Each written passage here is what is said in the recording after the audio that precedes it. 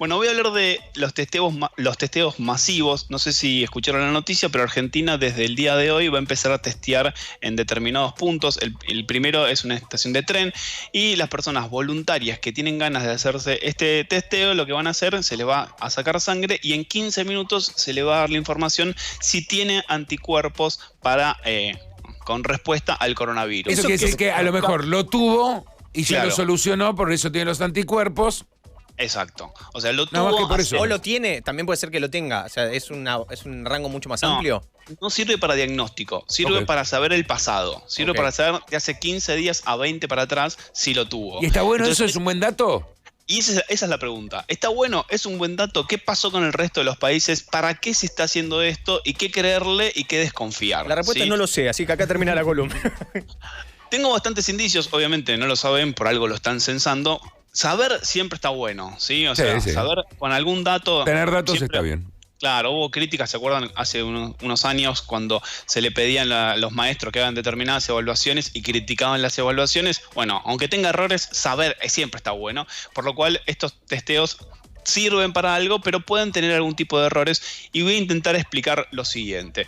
Primero, que se hicieron en muchos lugares, en Alemania y sobre todo en Estados Unidos, y las publicaciones de esos resultados ya trazaron una línea de qué hacer en esas ciudades, por lo cual se determinó que estas conclusiones, por ejemplo, si la población, no sé, tenemos una población de 100.000 personas, de esas 100.000 personas nos dimos cuenta que un porcentaje grande de esa población ya estuvo infectada, te puedes quedar tranquilo y pensar que esa inmunidad ya va a proteger al resto y liberar esas ciudades, que es lo que hizo, por ejemplo, Alemania en una determinada población en la cual vio que el porcentaje de personas infectadas era cercano al 10%, ¿sí? Entonces dijo, bueno, hay como una especie de inmunidad de rebaño, liberemos esta situación. Que por otro lado se contrasta con algo bastante positivo, es que darse cuenta que esa población infectada en realidad había generado muy pocos muertos. Entonces lo que sacan esa conclusión es, sí, tenemos una población que se infectó, en realidad se murieron muy pocas personas y es menos letal de lo que pensábamos, ¿sí? Entonces, ¿para qué se hacen estos resultados? Primero para ver qué porcentaje de la población tiene realmente el virus, ¿sí? O tuvo realmente el virus. Para ver la letalidad de ese virus, que no es cercano al 4%, probablemente sea muchísimo más baja, y para ver qué regiones se desarticulan o qué regiones pasan una fase post-cuarentena, ¿sí? De liberación. El tema es lo siguiente, ¿por qué hay que tomar entre comillas estos resultados? Básicamente porque estos test que se hacen, o estos test rápidos, tienen mucho margen de error, ¿sí? O sea, toman determinadas partes o determinados anticuerpos no de una manera muy confiable, ¿sí? Aproximadamente entre el 80 y el 95% es la fiabilidad de estos test. Y por otro lado, lo que hay que saber es que si bien la población está bueno que sepa qué porcentaje tuvieron el virus y no se dieron cuenta, hay que anticiparnos a un panorama que es el siguiente. No mucha gente lo tuvo, ¿sí? O sea, pensar que un porcentaje enorme, el 40, el 50, el 70% de la población lo tuvo, eso es una fantasía. Lo que se está viendo que en las ciudades donde hay muchos infectados, el porcentaje es muy poco, ¿sí? Es del 3 al 15%, por lo cual es bastante poco.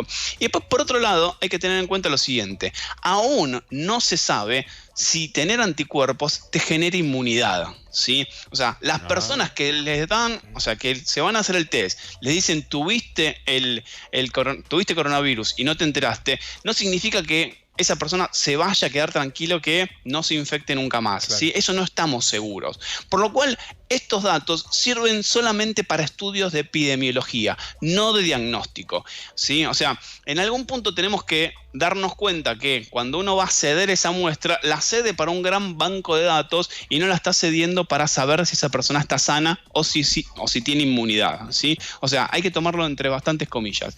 Y después, por otro lado, algo que está sucediendo en Estados Unidos, sobre todo en estos países donde se hicieron las muestras, que hay que ver cómo se toman las muestras. O sea, cuando uno hace una encuesta, no le hace una encuesta en una esquina.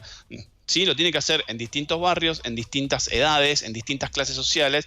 Bueno, las encuestas o las tomas de datos que se hicieron de estos trabajos son bastante poco fiables, ¿sí? Porque, por ejemplo, en Alemania testearon a todas las familias. O sea, es bastante probable que si una persona en la casa está infectado, esté infectado el resto. Claro. Así que, de una determinada manera, lo que podemos darnos cuenta en estos momentos es que estamos en una fase de conocer distintos componentes de la epidemia, y esos componentes nos van a ayudar a tejer los próximos pasos. Pero a las personas que se hagan este test no les aseguran que sean inmunes a lo que va a venir después. Por lo cual tenemos que seguir pensando que, si bien va a haber liberaciones de ciudades o de actividades, hay que sostener esas precauciones porque no sabemos si esta enfermedad, una vez curada, da inmunidad.